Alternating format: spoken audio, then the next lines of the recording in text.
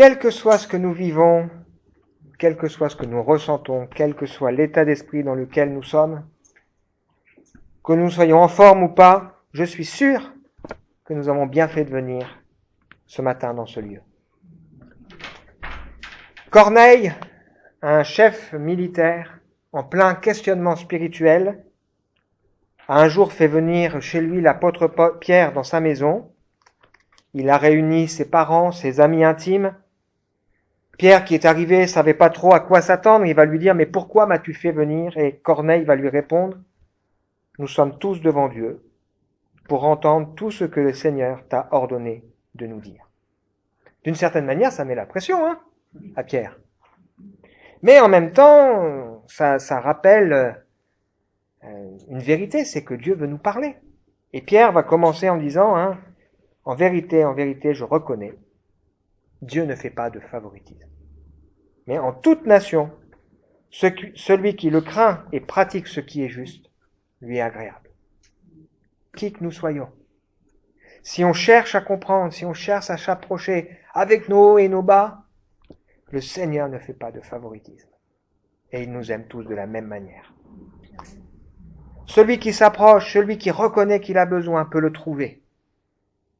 Alors ce matin, je crois que Dieu veut m'aider à partager avec vous ce qu'il veut nous transmettre. La semaine dernière, on a évoqué cette pensée. J'ai partagé cette expérience que j'ai vécue les premières fois où je suis venu dans une salle comme celle-ci, où j'étais touché parce que j'avais le sentiment que ça répondait à mes questions, ça m'éclairait, que parfois même les pensées que j'avais dans le cœur, elles étaient montrées. J'étais obligé de reconnaître Dieu est là. Et c'est exactement ce que le Seigneur nous promet et nous demande de rechercher, que nous soyons tous, pas seulement le pasteur, inspirés et remplis d'amour, surtout pour les autres, pour que quelqu'un qui vient, un simple auditeur ou un ami non croyant même, soit convaincu parce que les secrets de son cœur sont dévoilés, il est obligé de reconnaître Dieu est là au présent, au milieu de vous. On veut ouvrir nos cœurs pour écouter le message, la considérer non comme la parole d'un homme, le texte inspiré, mais comme la parole de Dieu qui agit en nous qui croyons. Quand on prend cette parole à la lettre, qu'on la croit, elle produit quelque chose dans nos cœurs et dans nos vies. Ça fait maintenant presque 40 ans que j'ai découvert l'Évangile et j'ai le souvenir de plusieurs messages qui m'ont interpellé.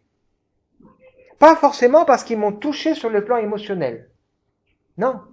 Mais qui m'ont interpellé parce qu'ils m'ont donné de comprendre des textes que j'avais jamais réalisés de cette manière. Je pense en particulier à 2 prédications qui vont tout à fait dans le sens de ce qu'on va partager ensemble ce matin. La première, c'était un mardi matin à 6h30 du matin. Une réunion de prière. Un frère tout simple, pas très, tout simple, qui a parlé du psaume numéro 2. Et il a évoqué ce tumulte parmi les nations qui s'agite, plein d'effervescence, qui des fois s'oppose à Dieu. Et l'attitude de Dieu, il est sur son trône et il rit. Et ça m'a marqué. Il rit non pas parce que il se moque des gens, d'une certaine manière, oui, il se moque dans le sens où c'est ridicule. Les gens qui s'opposent à Dieu, parce que Dieu est sur son trône. Et rien ne pourra faire chanceler le Seigneur. Quel que soit ce qu'on vit, Dieu est sur son trône. Et ça m'a marqué, je m'en souviens encore. Et l'image qui me vient quand je pense à ça, c'est un peu comme une fourmi qui essaierait de me faire tomber, là. Les hommes, ils peuvent faire ça avec Dieu. C'est ridicule. Le Seigneur est sur son trône. La deuxième prédication, il y en a d'autres qui m'a particulièrement touché, ça fait, je pense, plus de 35 ans que j'ai entendu. Mon pasteur de l'époque a fait ressortir le point commun à 3 histoires des évangiles, 3 rencontres de personnes désespérées, handicapées physiquement et socialement, sans espoir ou en désespoir de cause, qui décident de s'approcher du Seigneur, parce que de toute façon, ils n'avaient pas d'autre choix. Et Jésus va intervenir dans leur vie et avec une parole qui est surprenante, parce que leur besoin est évident, mais c'est pas celui-là qui met en avant en premier. La première, c'est l'histoire de cette femme atteinte d'une perte de sang depuis 12 ans. Elle a beaucoup souffert. Malade, hein? Entre les mains de nombreux médecins, elle a dépensé tout, sans soulagement, et elle se dit, un peu comme un défi qu'elle se lance, je vais m'approcher. Normalement, une femme, surtout à l'époque, il n'y avait pas tout ce qu'on a aujourd'hui, c'était compliqué. Et si seulement je m'approche et que je touche le bord de son vêtement, je serai guéri. Elle vient dans la foule, elle défie les codes sociaux. Tant bien que mal, elle touche le bord du vêtement de Jésus et Jésus s'arrête. Il s'en est aperçu. Et il dit, quelqu'un m'a touché. Il y a plein de gens là qui te pressent. Mais elle est venue avec une démarche particulière. Et on dit, mais tu vois bien la foule qui t'empresse. Et elle reconnaît, elle se met à ses pieds. Et lui dit ceci. Prends courage, ma fille. Ta foi t'a sauvée. Va en paix et sois guérie de ton mal. La première chose que cette femme, elle avait besoin d'entendre, c'est prends courage. Avec une profonde tendresse de la part du Seigneur, il est probablement plus jeune qu'elle. Et il lui dit, ma fille, prends courage. Ta foi t'a sauvée. Va en paix et sois guérie. Deuxième histoire, c'est cette histoire de cet homme paralysé, porté par 4 de ses amis qui veulent s'approcher du Seigneur. Il y a du monde, etc., etc. Et Jésus qui voit leur foi. Ça veut dire que parfois, c'est la foi aussi des autres qui nous porte. Il dit, prends courage, mon enfant, tes péchés sont pardonnés. Là encore, cette première phrase, prends courage, mon enfant. Et la première chose qu'il parle, c'est des péchés. Cet homme, quand même, il est paralysé, quoi. Alors, il va s'en occuper. Mais d'abord, il a besoin d'entendre cette phrase. Prends courage, tes péchés sont pardonnés. Wow. Et puis, la dernière histoire, dans l'évangile de Marc, c'est cet aveugle qui est là au bord du chemin. La foule passe, ils sortent de Jéricho, il y a Jésus avec eux. Et il crie, Jésus, fils de David, aie pitié de moi. Là encore, il doit s'opposer aux gens qui disent, tais-toi, tu troubles le maître, là. Et Jésus qui dit, appelez-le, et quand on l'appelle, on lui dit, prends courage. Lève-toi, il t'appelle. Prends courage, ma fille. Prends courage, mon enfant. Prends courage, lève-toi, il t'appelle. Le titre du message de ce matin, dans notre série, prends courage, tiens bon. Stéphane, prends courage, tiens bon. Allah, prends courage, tiens bon. Salinien, Marie, Déborah. Prends courage, tiens bon, rien n'échappe à son contrôle parfait. Ce titre nous place devant un ordre réitéré plusieurs fois dans la Bible. Prends courage, c'est un ordre. Tiens bon. Et il nous place aussi devant une parole de foi. Rien n'échappe à son contrôle parfait. C'est une parole qui peut nous déranger, qui peut nous déstabiliser, nous mettre mal à l'aise, ou parfois même en colère. Vraiment, tu crois que tout est sous le contrôle de Dieu? Cette petite fille percutée par une moto, ces drames qu'on voit à droite et à gauche, tu crois quand même que Dieu, le bon Dieu là, ben oui. C'est vrai qu'il y a des choses qui dépassent mon intelligence, ma sagesse, mais je crois, puisque la Bible le dit, que tout ce qui arrive reste sous le contrôle de Dieu. Même un oiseau qui tombe, même les cheveux de ma tête, ils sont sous le contrôle de Dieu. Alors il y a en même temps la liberté humaine, la méchanceté humaine, les lois humaines qui se manifestent. C'est compliqué tout ça. Mais la réalité, c'est que rien n'échappe au contrôle parfait de Dieu. Un Dieu puissant, un Dieu bon, qui se tient près de ceux qui ont le cœur brisé, qui est le défenseur des veuves et des orphelins. Alors, ça nous place devant des défis de foi. Il faut reconnaître que c'est pas toujours simple, cette réalité. Je me souviens d'une dame qui venait aux réunions et qui un jour ont partagé la lettre aux Romains, toutes choses concourent ensemble au bien de ceux qui aiment Dieu, et elle était en colère. Non, dans ma vie, c'est pas vrai, quand j'ai lu ça, c'est pas possible. Elle avait du mal, pourtant connaissait le Seigneur depuis des années. C'était dur par rapport à son histoire, mais c'est une réalité. Toutes choses concourent ensemble au bien de ceux qui aiment Dieu. J'ai terminé ce matin un livre que j'ai récupéré chez ma maman qui s'appelle « Fidèle quoi qu'il en coûte ». Et j'ai bien aimé, à un moment donné dans ce livre, fait allusion à l'histoire de Job, cet homme qui devait se dire « Mais Dieu, il est au contrôle, il est où là, dans tout ce que je vis hein ?» Si vous lisez le livre, il n'est pas facile toujours à lire, hein, ce livre. On a, au début, les amis de Job, là, pendant 7 jours, ils se taisent, c'est formidable. Puis au bout d'un moment, quand ils commencent à parler, c'est la catastrophe. Ils le chargent, ils le chargent, ils le chargent. Et à la fin du livre, à partir du chapitre 33, il y en a un qui s'exprime, s'appelle Élihu, et lui, il s'exprime d'une manière différente. Et ce livre, il fait ressortir justement ce que Élihu fait. Il ne parle pas de Job. Il ne parle pas de sa situation, mais il dit à Job, regarde Dieu. Regarde Dieu. C'est le mais Dieu. Et c'est important pour nous, parfois, au lieu d'essayer de tout expliquer, de tout comprendre, regarde à Dieu, qui a tout dans ses mains, qui tient tout, qui sait tout, qui peut tout, qui est au contrôle parfait de tout, même si des fois ça défie notre entendement. C'est ce que Job a dû reconnaître à la fin de sa vie en disant « Oh, et quel insensé je suis d'avoir osé penser des choses sur le Seigneur. » Une petite anecdote d'un monsieur qui se promène dans des champs avec son ami et il fait remarquer que là il y a un enclos avec un petit muret tout autour et les vaches elles passent la tête au-dessus du muret. Et il leur dit « Est-ce que tu sais pourquoi les vaches elles passent la tête au-dessus du muret ?»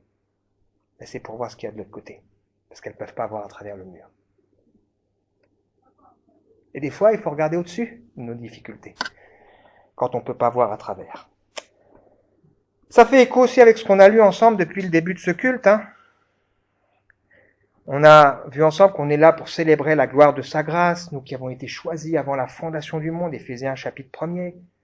On a souligné que Jésus est le bon berger qui donne sa vie pour nous et que personne ne pourra nous arracher de sa main. Et on a parlé de cette parole encourageante de Jésus.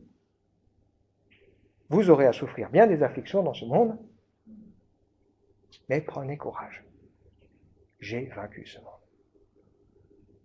Ou de l'apôtre Paul, avec Barnabas, là, qui encourage ces gens en leur disant « C'est par beaucoup de tribulations, de souffrances, qu'il nous faut entrer dans le royaume de Dieu. » Donc il y a cette réalité, et ce serait un mensonge que de laisser croire que si on est chrétien, on n'a pas d'épreuves, on n'a pas de difficultés.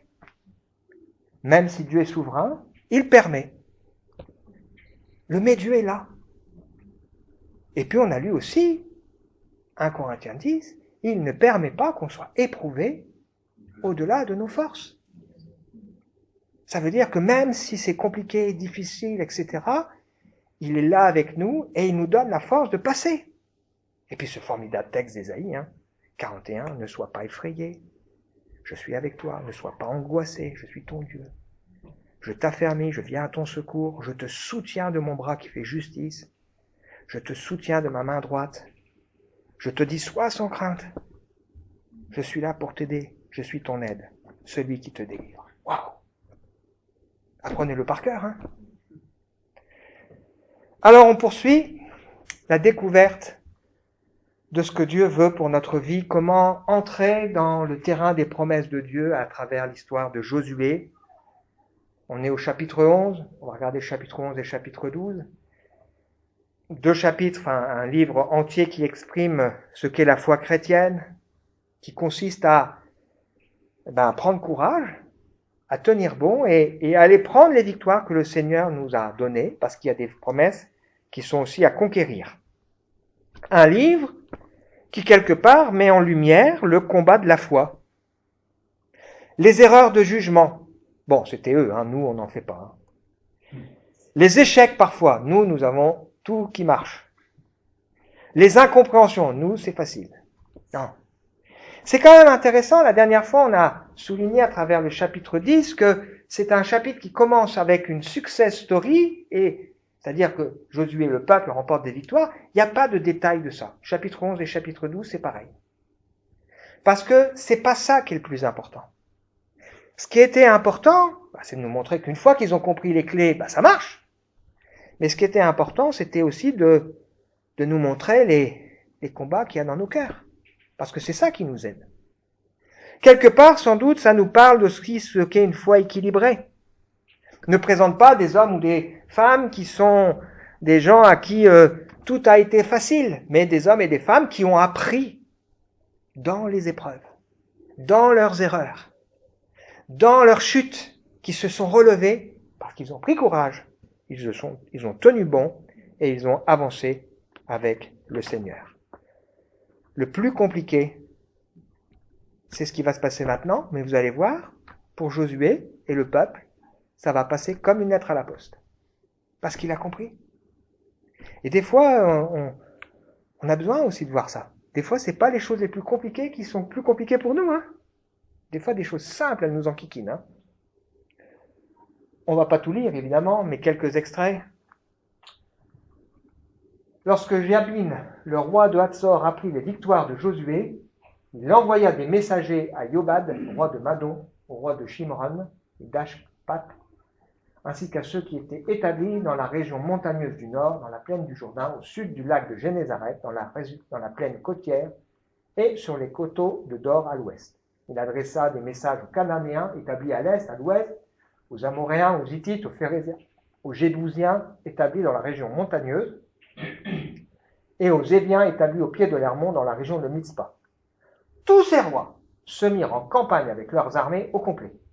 C'était une multitude innombrable comme les grains de sable des bords de la mer. Ils étaient équipés d'un nombre énorme de chevaux et de chars de guerre. Ils se donnèrent rendez-vous et vinrent établir leur clan près des eaux de Méron pour attaquer Israël. Waouh! Ils ont déjà remporté la campagne du sud, et ici, c'est ce qu'on appelle dans la Bible la campagne du nord. Comment ils vont conquérir la partie nord du pays promis. Tous les rois se liguent tous ensemble, et ils sont aussi nombreux, ça rappelle la promesse de Dieu à Abraham, que les grains de sable sur le bord de la mer. Wow. Avec des armées jusqu'aux dents, là, avec des énormes chevaux, des chars de guerre, etc. Quelle leçon pour nous? La première, c'est que il ne faut pas s'imaginer qu'on va vivre notre petite vie tranquille sans que l'ennemi de nos âmes et les problèmes viennent nous attaquer. Là, Josué, il est avec le peuple, il vient de remporter une victoire. Ah! Et puis t'as tout le monde qui s'assemble. N'imaginez pas que si vous vous engagez pas dans le combat de la foi, le diable va vous laisser tranquille. Ce serait imaginer qu'il soit quelqu'un de loyal. Ce soit imaginer qu'il soit pas méchant. Ce soit imaginer que la vie humaine ne soit pas difficile.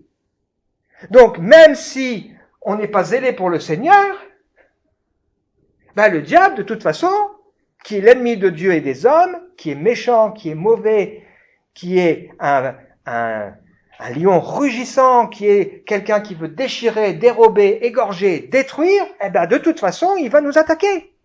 C'est la vie. Et des fois, on se dit, waouh, tout ce qui arrive là, ça paraît compliqué. Sympa ce que Raphaël raconte ce matin. Nous ne sommes pas là pour être des naïfs. Mais la conquête du pays promis, pays du repos, c'est justement, on est appelé à la conquérir en rentrant dans le repos de Dieu. Il y a un paradoxe. C'est que plus ça va se déchaîner, plus on peut vivre dans le repos de Dieu. Plus on peut vivre dans le repos de Dieu en considérant que celui qui sait tout, peut pénétrer jusque l'âme, l'esprit, les pensées les plus secrètes des cœurs, il nous dit, approche du trône de la grâce pour être secouru dans tous tes besoins. Alors si ce matin, on est là, on se dit, mais moi quand même, je comprends pas pourquoi ça me tombe dessus, là, de tous les côtés, c'est difficile. En ce moment, t'es pas surprenant. Il y a un vrai combat dans la vie. Chrétienne ou non chrétienne, mais encore plus dans la vie chrétienne.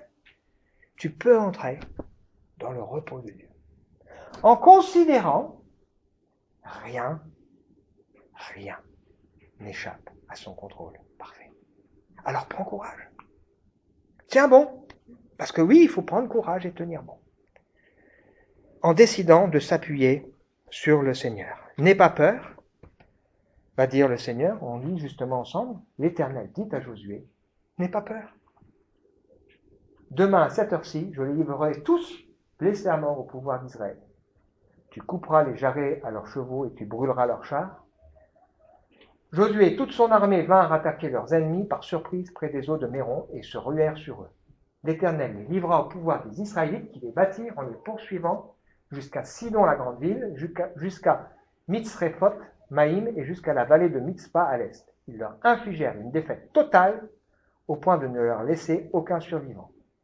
Josué les traita comme l'Éternel le lui avait ordonné. Il coupa les jarrets à leurs chevaux et brûla leurs chars. On va rester là pour l'instant. Qu'est-ce qu'on peut apprendre de ça? C'est que Josué, au lieu de subir, il fonce. Il fonce. Dans la Bible, il y a des armes défensives. Le bouclier de la foi, le malin qui nous attaque, là, la cuirasse que nous donne la justice, la ceinture de vérité, etc. Puis il y a des armes qui sont là aussi pour être offensifs. Et à partir du moment où on comprend qu'il y a un combat dans le cœur, bah autant s'engager dans le combat du Seigneur, hein, et de vouloir que d'autres soient sauvés. Et là, Josué, il fait un truc de fou.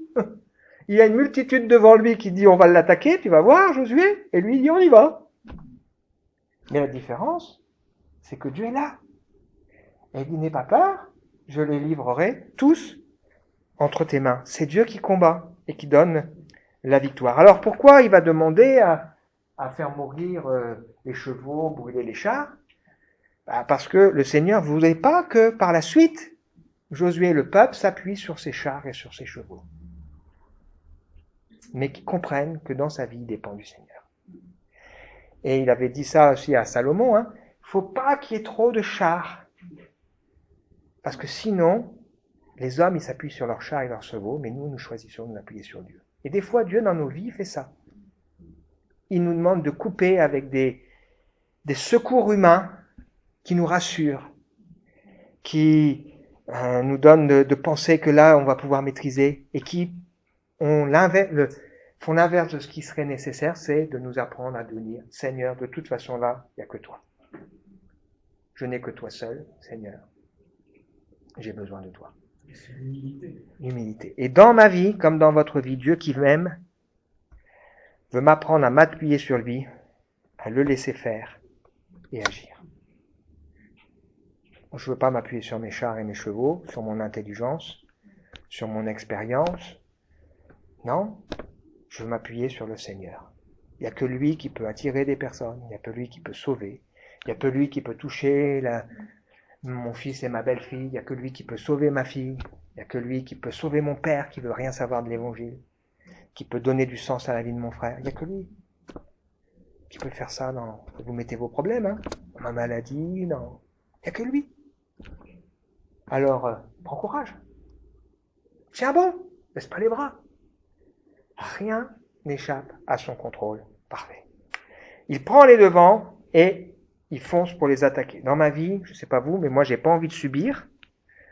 J'ai envie aussi que le Seigneur puisse se servir de moi. Et la Bible nous dit que Dieu veut renverser des forteresses. Des forteresses. Avec les armes qu'il nous a données. Elles sont puissantes pour renverser des forteresses. Des choses qui paraissent, des forteresses du raisonnement. On a la prière. On croit qu'il y a le Saint-Esprit qui travaille. Dieu est en train de travailler, hein. Peut-être là, on a dit ma famille, Dieu est en train de travailler. Faut pas croire. Hier, j'ai ma fille au téléphone, elle m'annonce qu'elle veut partir vivre quelques mois au Maroc. Avec des amis. Ok. Elle m'avait déjà fait le coup, hein. Une autre fois, elle voulait partir en Thaïlande. Elle avait prié. Et ses projets n'ont pas pu se faire. Qu'est-ce qu'il me reste à faire? Ça sert à rien que je dise, qu'est-ce que tu vas aller faire comme bêtise? T'as déjà des dettes, etc. Non. La solution, c'est de prier. Et de faire confiance au Seigneur. Parce que le Seigneur nous a donné des armes. Et dans les armes que le Seigneur nous a données, il nous a aussi donné le zèle comme chaussure. Le zèle de l'évangile de paix. Et quelqu'un qui a le feu pour le Seigneur, c'est une arme. Ça me fait penser aux boxeurs, hein, là, qui, s'ils restent sur place, ils prennent des coups, hein. Mais ils ont le zèle. Et le Seigneur veut qu'on prenne courage, qu'on tienne bon, en nous rappelant, tout est entre ses mains. Quand on apprend la prière du Notre Père, on termine, c'est à toi qu'appartient. Siècle des siècles, le règne, la puissance et la gloire. T'as tout sous contrôle. Tout est sous son contrôle. Notre Dieu est au ciel, il rit. Okay. Non pas à nous, mais à ton nom donne gloire. Pourquoi les nations diraient-elles, où est donc votre Dieu? Des fois, on ne sait pas répondre. Hein. Dieu est au ciel. Et il fait ce qu'il veut. Il me guérit comme ça. Il me donne la force comme ça. Il règle tous les problèmes comme ça. Et donc, le Seigneur veut nous apprendre à compter sur lui. Il y a quelque chose qui revient aussi dans ce texte, comme un refrain, c'est que maintenant, Josué fait ce que le Seigneur a ordonné. Il agit conformément à ce que le Seigneur a dit. Et ça revient plusieurs fois. Hein.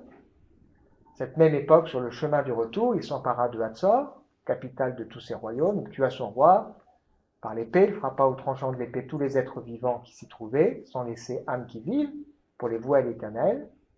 Il s'empara aussi de toutes les villes des autres rois coalisés, captura leurs rois, les fit périr, extermina totalement leurs habitants, les détruisit complètement, pour les vouer à l'Éternel, comme Moïse, serviteur de Dieu, l'avait ordonné. Cependant, les Israélites n'incendièrent aucune des villes situées sur les collines, excepté Hatzor, que Josué fit brûler. Ils emportèrent comme butin toutes les richesses, le bétail de ces villes, mais ils en exterminèrent toute la population sans épargner personne. Josué se conforma entièrement aux ordres que l'Éternel avait donnés à son serviteur Moïse, et que celui-ci lui avait transmis, il n'enfreignit aucun de ses ordres. Donc on peut aller assez vite sur le chapitre 11 et sur le chapitre 12, parce que maintenant Josué, il a compris. Il a mûri dans sa foi, il prend courage, il tient bon, il apprend à écouter Dieu, et il fait ce que le Seigneur lui dit de faire. Tant qu'on discute, c'est compliqué. Oui, Dieu, tu comprends, mais pourquoi?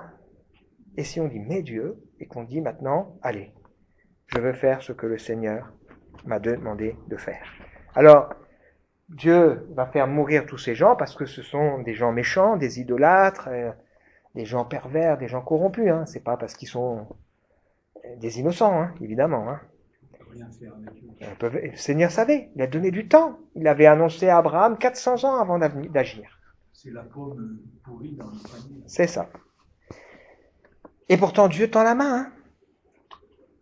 Dernière leçon pour nous, c'est ainsi que Josué conquit tout le pays. Il captura et tua tous les rois de ces régions. La guerre qu'il livra contre tous ces rois dura de longues années. Aucune ville, sauf Gabaon, habitée par les Éviens, ne fit la paix avec les Israélites. Il s'en empara par les armes. Cela venait de l'Éternel. En effet, il avait rendu ces gens obstinés pour qu'ils affrontent Israël, afin qu'ils soient détruits sans pitié jusqu'à leur totale extermination pour lui être voués comme il l'avait ordonné à Moïse. À la même époque, Josué alla éliminer les Anakim. Il les extermina, détruisit totalement leurs villes pour les vouer à l'Éternel. Il ne resta plus d'Anakim dans le pays des Israélites, sauf dans les villes de Gaza, Gath et Asdod. Josué conquit tout le pays comme l'Éternel l'avait dit à Moïse. Il le répartit entre les tribus d'Israël pour qu'elles possèdent chacun sa part. Et la guerre cessa dans le pays. On lit ça vite, mais en réalité, si vous regardez, il s'est écoulé 7 ans. La suite, on va parler après de Caleb, cet homme qui faisait, comme Josué, partie des 12 espions qui avaient été envoyés dans le pays promis à l'époque de Moïse, et qui étaient prêts à y aller, alors que les 10 autres ont dit « Oh, surtout pas, on n'y va pas ».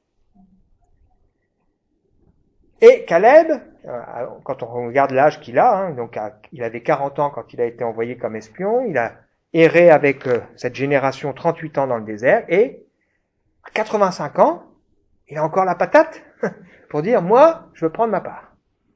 Donc 7 ans il s'est écoulé. Donc ici, on n'a pas tout. Mais on voit qu'il s'est écoulé du temps, et c'est vrai que dans nos vies, il y a des victoires qui prennent du temps. C'est pas parce qu'on marche avec le Seigneur, une petite prière, et c'est bon. Non. Et dans la foi, il y a la persévérance, prends courage, tiens bon, accroche-toi. Des fois c'est facile, des fois c'est difficile. Quand on a fait des boulettes qu'on a ratées, c'est plus compliqué, on l'a vu avec la prise d'Aï, ça prend un peu de temps. Mais ici, il y a quelque chose aussi qui est intéressant, c'est que Josué, il va s'occuper des Anakim. Vous savez, ce sont ces géants-là qui ont découragé les espions qui avaient été envoyés pour découvrir le pays promis. Et lui, il dit maintenant, on va leur faire la peau à ceux-là. Et des fois, il y a des géants dans nos vies qui ont pu, à certains moments, nous bloquer, nous empêcher d'avancer, mais quand on a pris une certaine maturité, on peut affronter les géants. Pas par nous-mêmes, mais avec l'aide du Seigneur. Parce qu'on va agir conformément à ce que Dieu dit. Et parce que face à des difficultés, des épreuves, etc., on dira, j'ai compris, c'est pas parce que, mais c'est mais Dieu. Mais Dieu qui m'aime. Mais Dieu qui est là. Mais Dieu qui promet que sa grâce, elle surabonde, même s'il y a le péché. Mais Dieu qui tient tout dans sa main. Il y a le mais Dieu.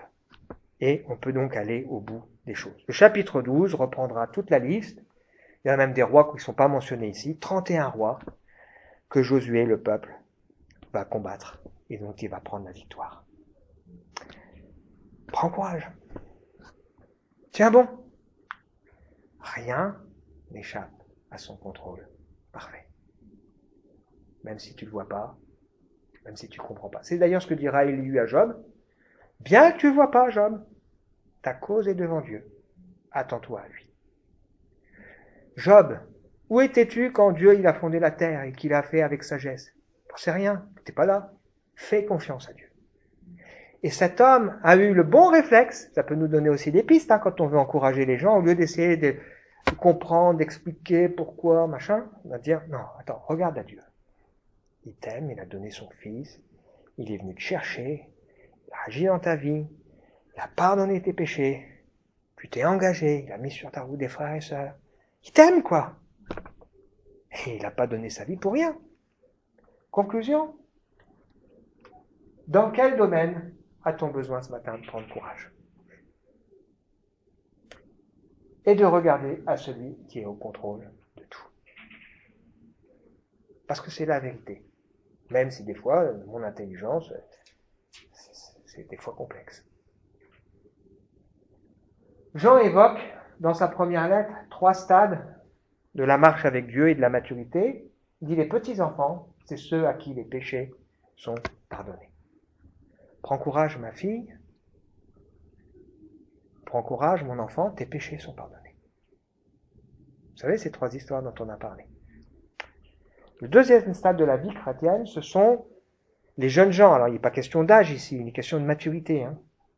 Qui sont forts et vainqueurs parce que la parole de Dieu est en eux. Ils connaissent la parole, ils s'appuient sur la parole, ils croient à la parole. Et ils ont vaincu l'ennemi de nos âmes. C'est Jésus tenté dans le désert.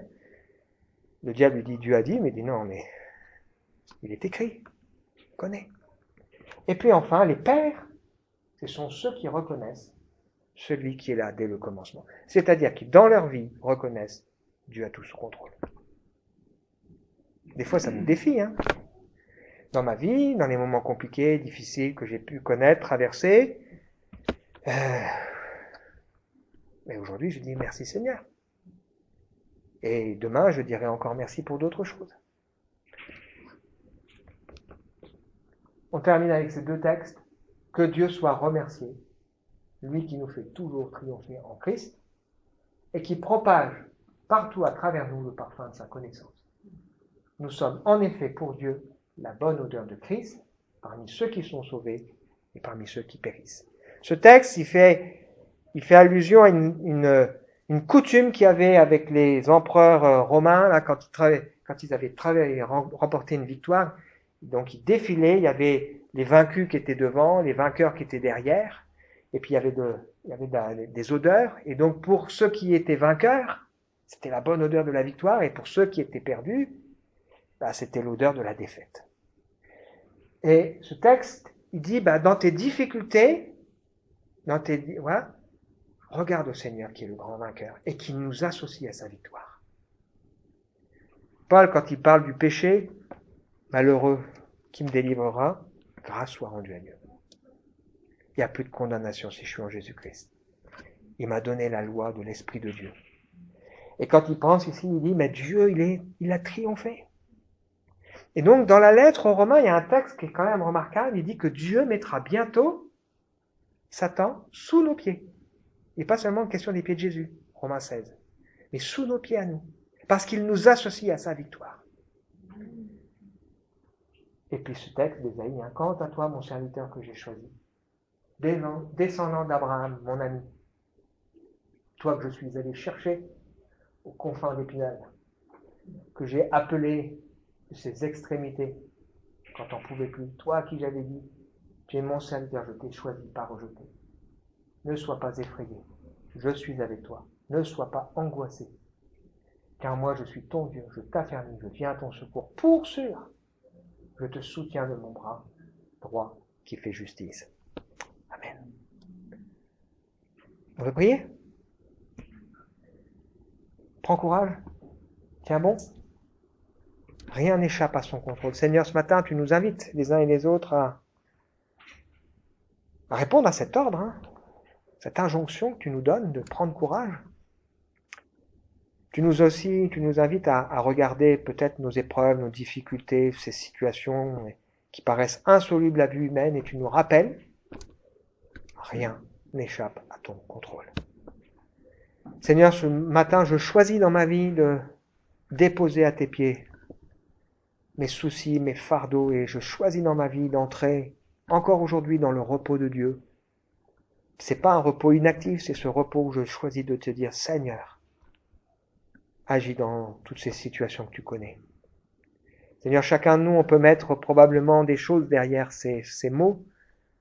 Une situation familiale, une situation de santé, une situation au travail, des difficultés de tous ordres. Seigneur, tout est sous ton contrôle. Nous le croyons, nous le reconnaissons et nous le confessons dans le précieux nom de Jésus. Amen. Amen.